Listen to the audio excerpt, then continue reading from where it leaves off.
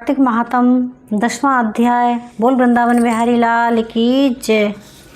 राजा पृथु ने कहा, हे देवर्षि, आपको नमस्कार है।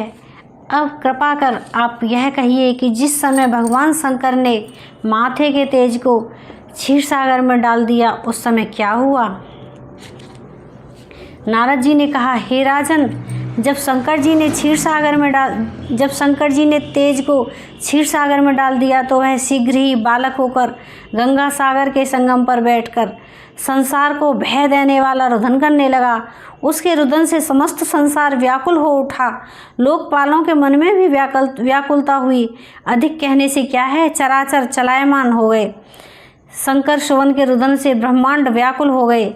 समस्त देवता और ऋषि मुनि व्याकुल होकर 3 लोक पितामह ब्रह्मा जी की शरण में गए और सबने मिलकर ब्रह्मा जी को प्रणाम किया और स्तुति की, हे पितामह, यह बड़ा भयंकर समय आया है, इसका नाश कीजिए। देवताओं की यह बात सुनकर ब्रह्मा जी सत्यलोक से उस बालक को देखने के लिए समुद्र तट पर आए। समुद्र से ब्रह्मा जी को आता देख उन्हें प्रणाम किया और बालक को उठाकर उन्हें गोद में दे दिया। तब विस्मित होकर ब्रह्मा जी ने पूछा, हे सागर, तुम शीघ्र बताओ यह बालक किसका है। तब समुद्र ने कहा, हे प्रभु, यह तो मैं नहीं जानता, किंतु मुझे इतना अवश्य ज्ञात है, यह गंगा सागर के संगम पर प्रकट हुआ है। अतः आप इस बालक का जाति कर्म आदि संस्कार कीजिए। इसका जातक फल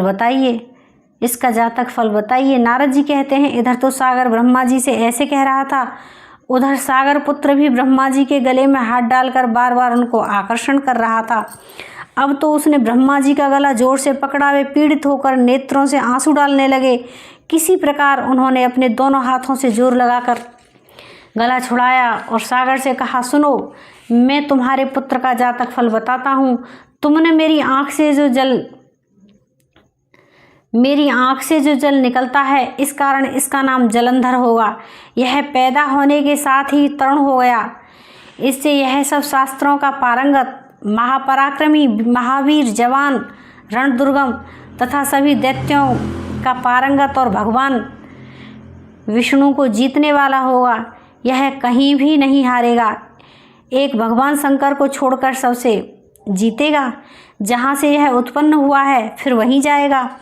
इसकी पत्नी बड़ी पतिव्रता, सौभाग्यशाली, सर्वांग सुंदरी, परम मनोहर, मृदु भाषिणी तथा शील की सागर होगी। नारद जी ने कहा, हे राजन, सागर से है सुनकर ब्रह्मा जी ने शुक्राचार्य को बुलाकर बालक का राज्याभिषेक कराया। फिर अंतर्ध्यान हो गए। अब तो उस बालक को देख सागर बहुत प्रसन्न हुआ। कितने ही उपाय से उसका पालन कर बड़ा किया। फिर कालनेम नामक असुर को बुला उसकी वृंदा नाम की पुत्री से उसका विवाह करा दिया। अब शुक्राचार्य के प्रभाव से वह दैत्यों पर राज्य करने लगा। बोल वृंदावन बिहारी लाल की जय।